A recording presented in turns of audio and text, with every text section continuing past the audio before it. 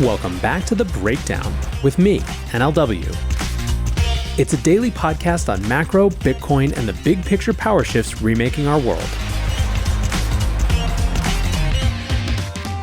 What's going on, guys? It is Sunday, May 5th, and that means it's time for Long Read Sunday.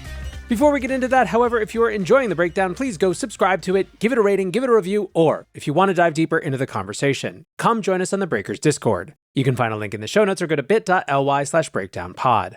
All right, friends. Well, it is the first Long Read Sunday in the month of May, and so I thought it only appropriate to review that old adage, sell in May and go away.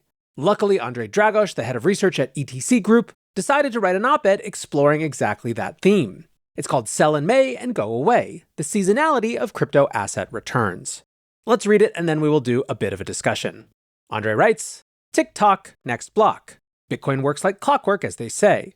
Approximately every 10 minutes, a new block of transactions is time-stamped into the public ledger.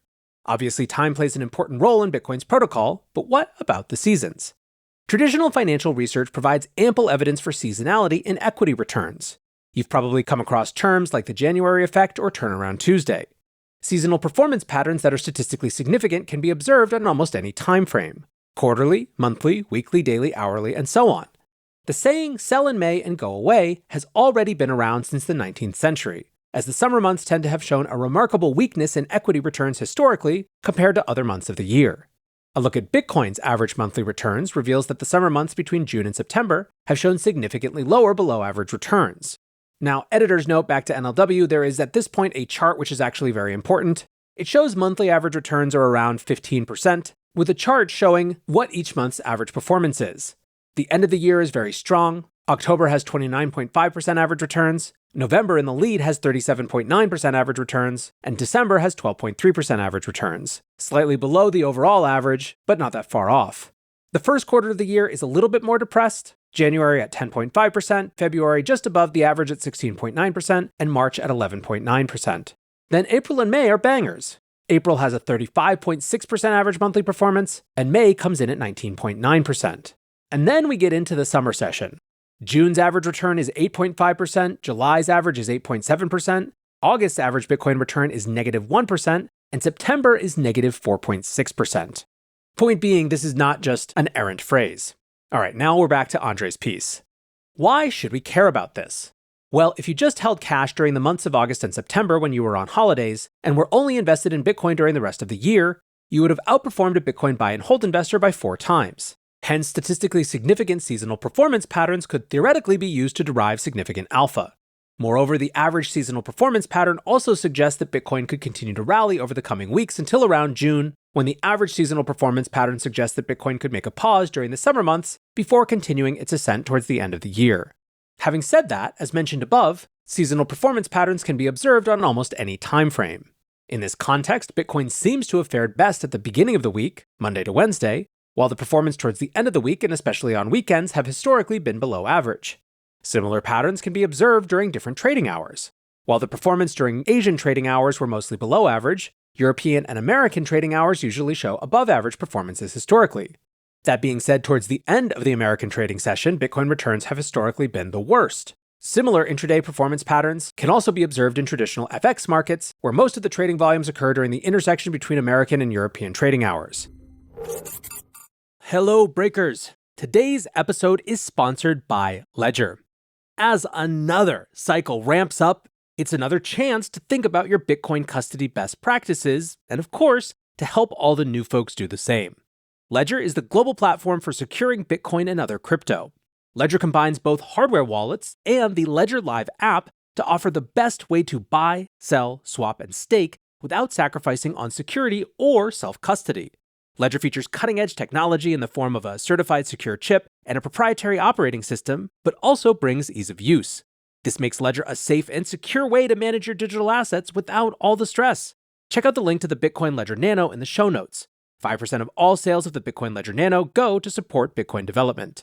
Thanks once again to Ledger for supporting The Breakdown. Bitcoin trades 24/7, 365 around the globe, but fluctuations in price are ultimately a product of human action. Thus, it is no surprise that sell in May and go away seems to apply to Bitcoin's return profile as well. While Bitcoin continues to work like clockwork, its performance is ultimately determined by the time we are awake or asleep, when we start working, and when most of us are on holidays or not at work. TikTok, next block. So that's the end of Andre's piece, but let's zoom out a little bit and talk about where this came from in general. As you heard, this has been around for quite some time. It's a conventional wisdom type of thing that's selling equity holdings around May and then buying them back after the summer, especially around Halloween or in October, has historically been a successful strategy. Now, to get a sense of how this applies to the stock market as compared to, for example, Bitcoin, since 1990, the S&P 500 has returned about 2% annually from May to October. That compares to around 7% annually from November to April. In other words, it is statistically significant in the TradFi world as well. What then are explanations for the phenomenon? Perhaps one of the most widely accepted has to do with the historical behavior of investors and traders in London during the 19th and early 20th centuries.